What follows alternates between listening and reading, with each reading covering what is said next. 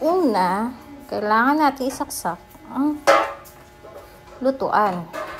Mag-chop-chop ng bawang at sibuyas. Yun na si Chef Ron. Ganyan na maghalo. Hindi mo kailangan suntok eh, no? Maglagay ng sa lutuan. Alugin ang lutuan. Alugin ang lutuan. Maghanda ng giniling na giniling sa palengke. Giniling sa palengke. Bawal yung giniling sa sari-sari. Una, lutuin ang bawang. Isotay. Saute ang bawang. Ito yung garlic. Saute ang garlic. Ayan.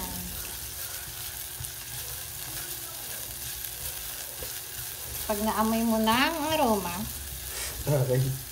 ilagay ang sibuyas. Tapos, itapon ang sangkal. Pagkatapos, iwan mo na sandali.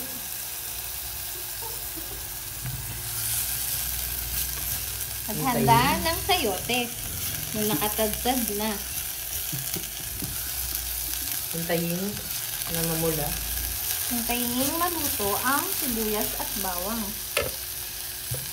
Bisa mo na yung giniling. At igisa ang giniling.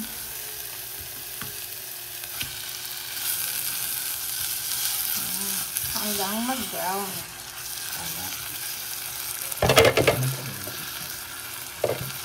Alisin muna yung mga hindi kailangan sa lulutuin. Para magluluto-luto ulit ng luto Haluin hanggang mamula. Hindi paluin. Haluin. Pag pinalo ka, mamula ka talaga.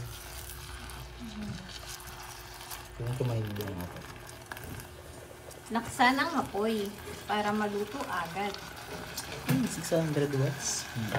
Sorry.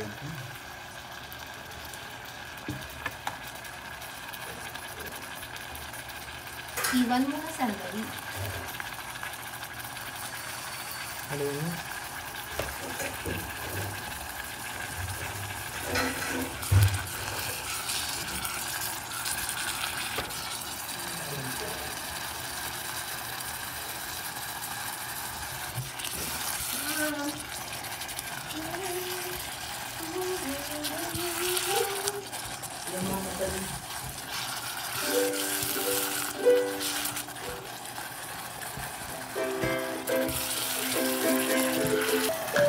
Para magkalasa ang karne, lagyan ng konting asin.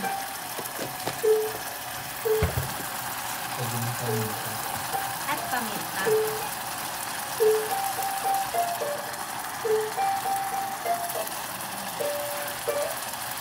Na naaayon sa iyong panlasa. Parang lutong Pinoy sa YouTube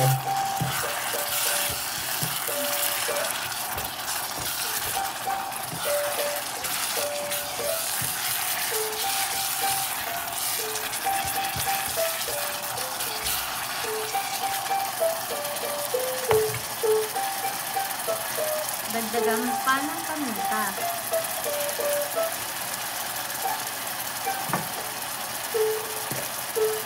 Hindi ko malasa. Sa lasa ko yung nabig sarap. Isa dami. Lagyan ng pampalasa. Gaya ng ibang putahe. Gaya ng conquered barrel. Hindi natin pwedeng sabihin kung ano ang ihahalo. Dahil sekreto ito.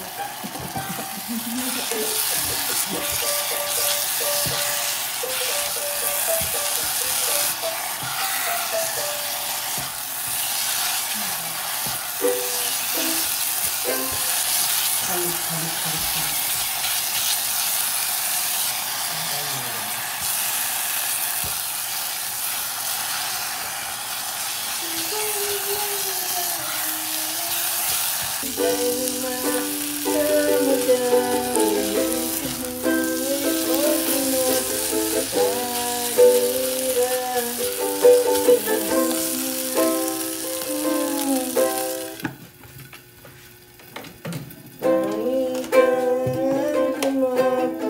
ng konting tubig.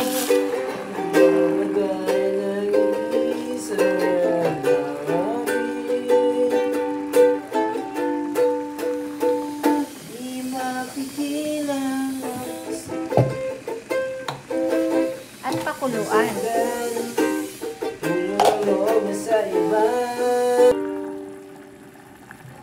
Kapag kumukulo na, ilagay ang sayote.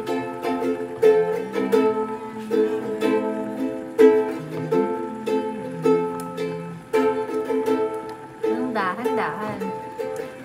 Hindi ko kabisado.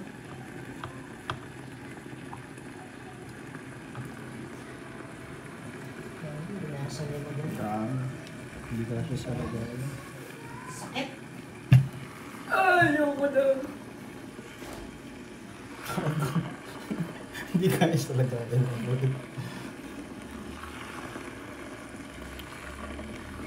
Haluin mabuti.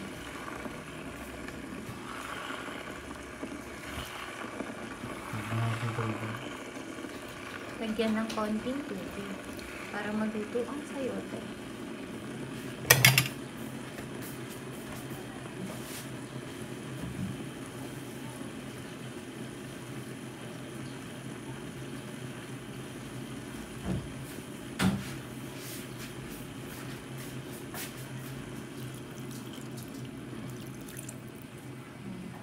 Hintayin kumulo at pwede na ihain sa hapagkainan.